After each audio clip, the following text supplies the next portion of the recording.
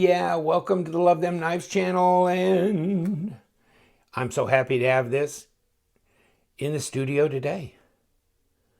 It's a ZT. Yeah, I saw this 0920 and I really loved it. I'm kind of a sucker for this kind of a blade shape anyhow. Not a harpoon, but lots of curves, isn't there? Curves and angles. But it's not a compound grind or anything here. Nice high hollow grind, very useful. Also could be a little bit stabby. Lots of blade material here. Pretty thick. Yeah, 4mm. So yeah, 4mm stock, 0.15. Ah, how fat's that blade? Yeah, 0.54. So that's pretty good. Almost 14mm thick. Feels good in the hand. It's a big knife. I like it because it's a big knife. You know, this is a Les George design. Kind of like Les George Harpy.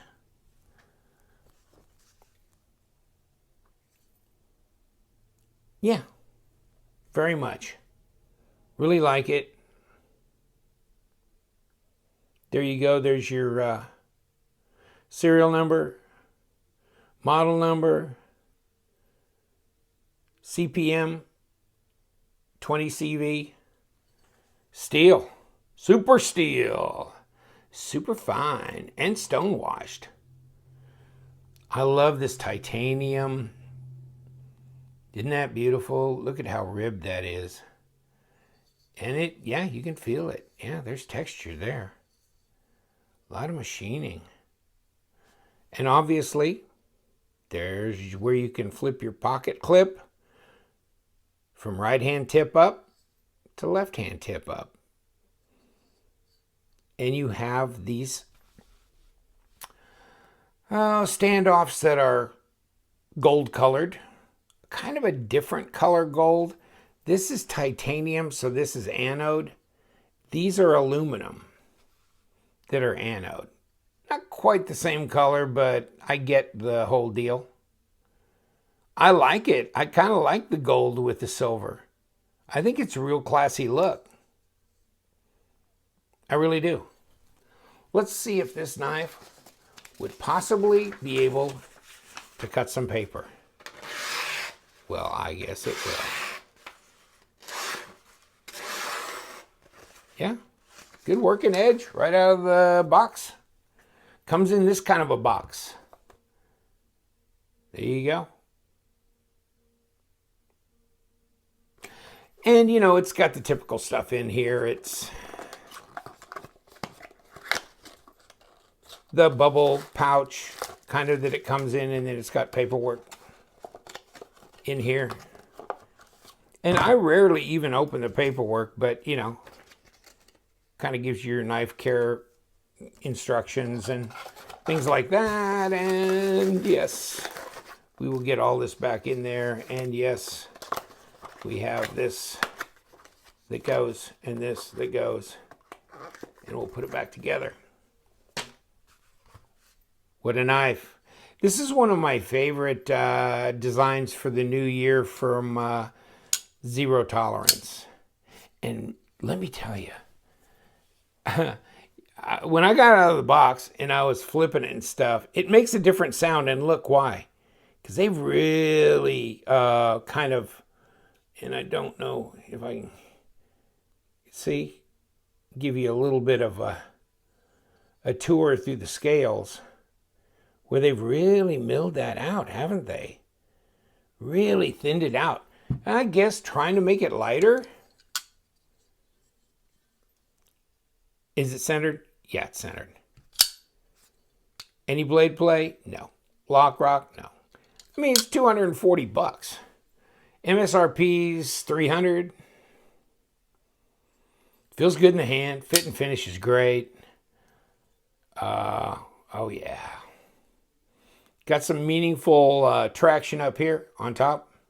Can't really go forward with your finger here, but there you go. And you got jimping on your flipper tab. right there, fairly far forward, right up to the end. Big old pivot, baby moons, if you remember that far back. And on the back, just a regular screw. Not a deep carry pocket clip. Frame lock. About a 20% lockup. And I'm sorry. Yeah. We've got a hardened steel insert in there. Over travel stop. So there you go. You got kind of all the bells and whistles. The bearings swing real free on this knife. It's a strange sound. It's different. Because you've almost, well, you don't really get kind of an, you get a different sound because it feels, they've milled this out. And so it's thinner here and it gives a different sound because these scales have been milled than if they were thicker and not milled. That would be a more thunk, a more quiet. This is a more tinny, clicky, metallic-y sound than different. That's different, feels different. More just like a click, but not a lot of. It's different, and it feels different in your hand. And when this blade drops, yeah, it's a very different sound than the 801. Yeah, different. This one, I don't know that I need to adjust it, but when you get it past, it's good action. It really is good action, but it falls right back in that scale, doesn't it? Get up here and just, oh, let me do this again. See? It doesn't like hydraulically lower, and I don't care. That's not that big a deal to me. But it does. It has more of an echoey, hollow sound to it. And that's because it is. It's hollowed out a lot. It's hollowed out a lot. But it makes it lighter. Supposedly around 5.4 ounces. But we're going to find out. Wow. Okay. Yes, it is. Well, it's right on set there, isn't it? So 152 grams. 5.4 ounces. Not bad. Feels good in the hand. Look at the pocket clip. No hot spots there, my friend. And you know what? I did carry this the other night. And I know this pocket clip looks like it might be kind of a pain in the rump. But you know what? It's thin and it's real flexible. It slid right in my pocket. I was wearing jeans. Slid right in the pocket, right out of the pocket. Real easy. No hang-ups, no, drag. But it stayed secure. I mean, it was in my pocket. I was crouched on my bike, and so, things can kind of slide out the back way. Not a problem. Stayed right, connected, but it was easy in and out of the pocket. Love the design.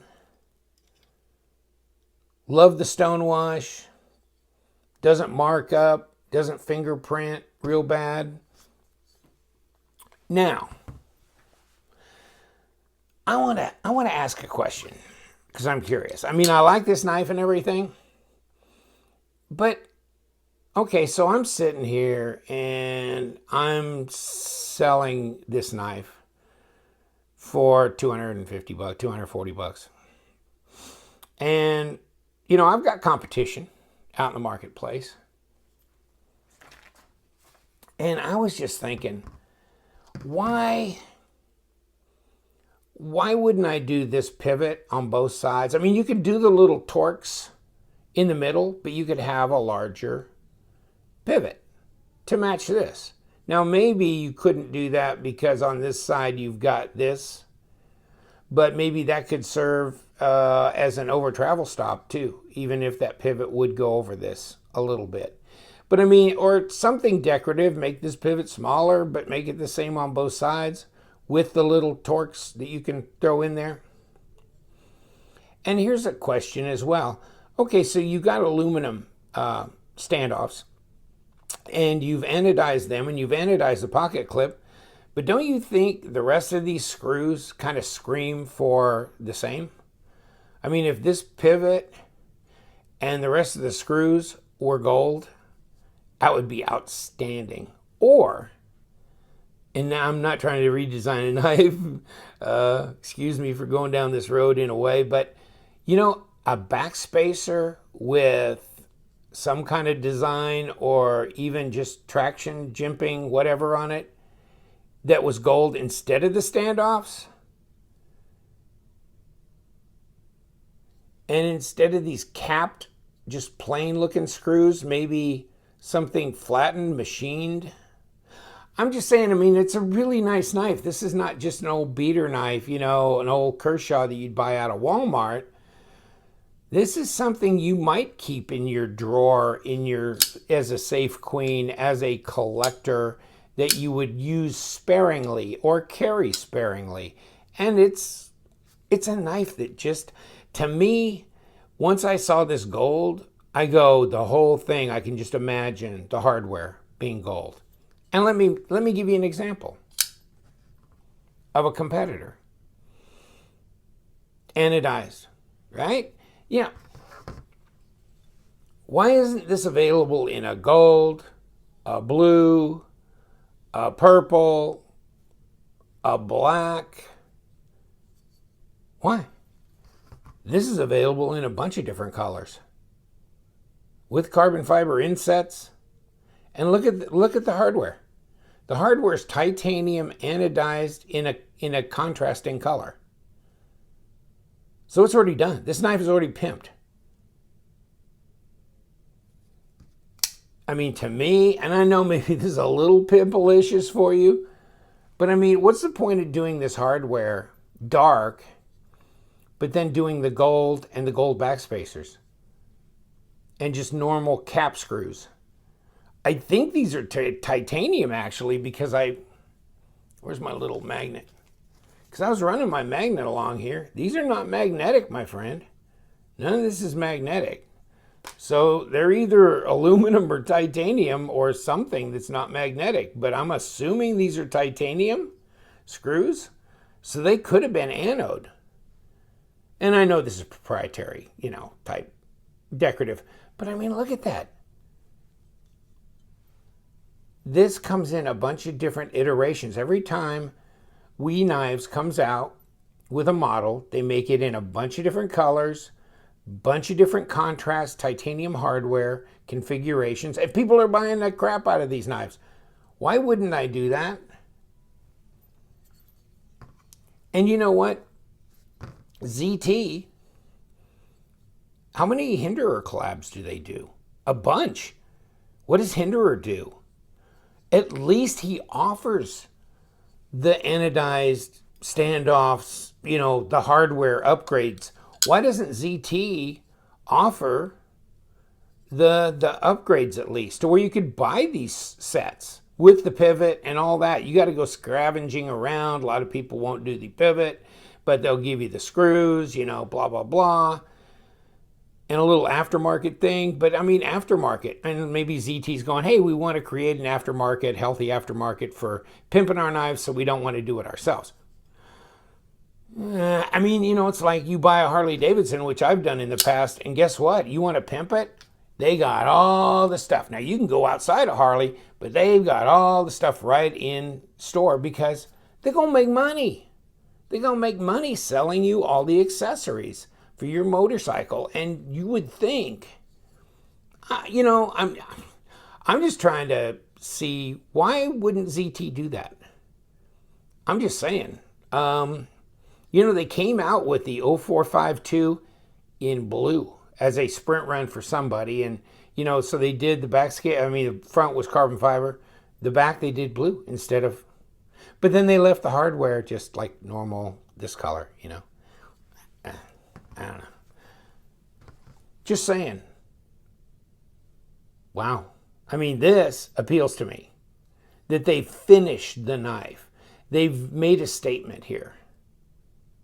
Okay?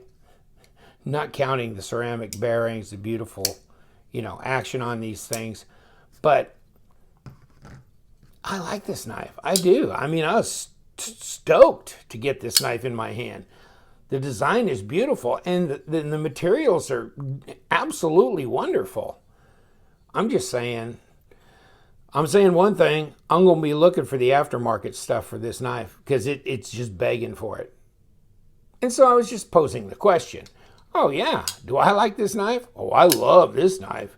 This is great. This is big. I love big knives.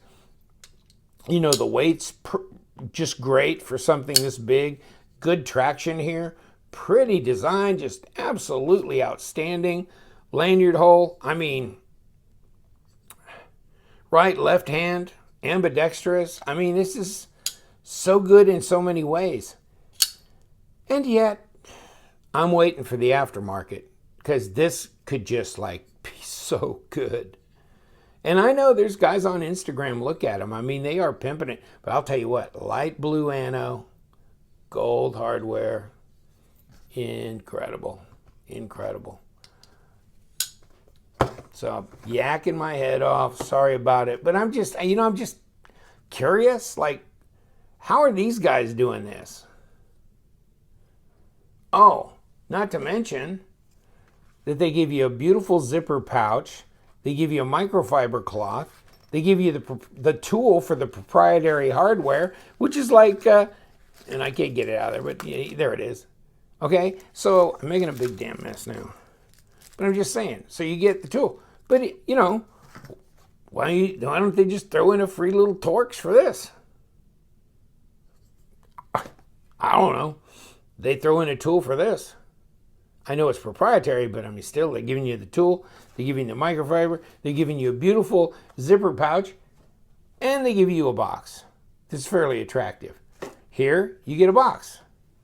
No pouch, no zipper, no cloth, no tool, no pimping, no finishing on the titanium hardware, no options of different anode colors on the same model. Why not?